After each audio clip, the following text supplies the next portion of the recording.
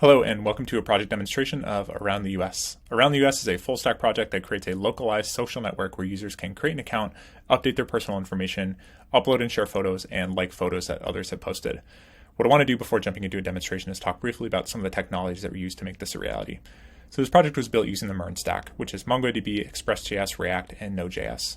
Originally, months before the iteration that you see became a reality, this project was built using Vanilla.js purely as a front-end project, where object-oriented programming methods were used to create classes that use HTML template elements and custom render methods to build a component-based UI. Later, and what you see here was built using React, which is a more declarative version of that method. Some other technologies that were used, this project is hosted on Google Cloud, both the front-end and back-end on a Linux machine. Mongoose is used as an object data modeler, which wraps around MongoDB and allows us to manage data via a REST API. And then finally, JWTs are used to secure the authentication process. I'll go a little bit more into the authentication process when I get to the demo, but those are the technologies that were used to make this a reality. Without further ado, let's go see how this project works. So here we are on the sign up page of the application. And if you want to head to this project alone and try it out for yourself, you can sign in with this try demo button, which will sign you in with a mock user that was created so that you could skip this whole process. But since we're here in a demo, I want to talk about how this works. So I'm going to sign in with a fake account. And when I do this is going to send a post request to the backend with the email attached and the password in plain text. The password is not going to be stored in the backend. Rather, it's going to be hashed, and that hash is going to be stored in the backend so that we're not actually saving users' passwords when they come through. Hopefully this is a unique email and this will let me through. It looks like it is. Great. So I'll re-sign in a second, and when I sign in, what's going to happen is that the password is going to be sent in the body of the request, hashed, and then compared to that stored hash using bcrypt.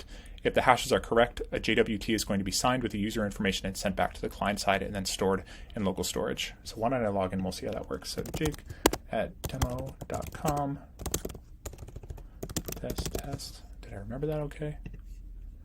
I did, nice. So what just happened? Like I just said, I just signed in and that password was compared and hashed, and now we have that JWT stored in local storage. Now on every page load, a useEffect is going to run to verify that the stored JWT points to a valid user.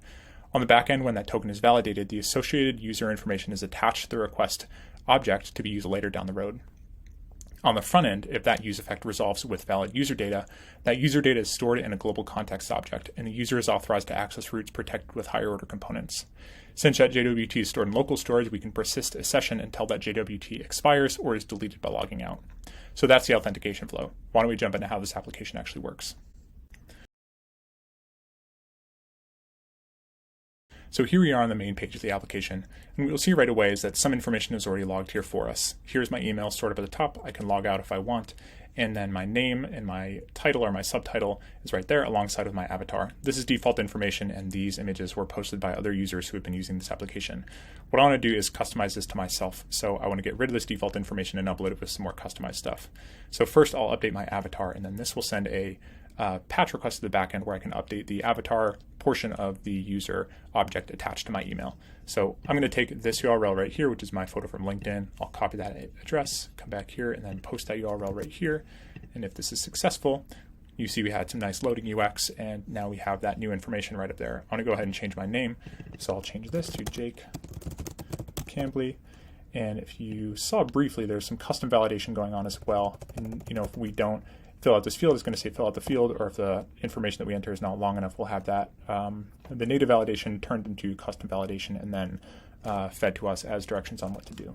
So I'll enter my description as hiker, developer,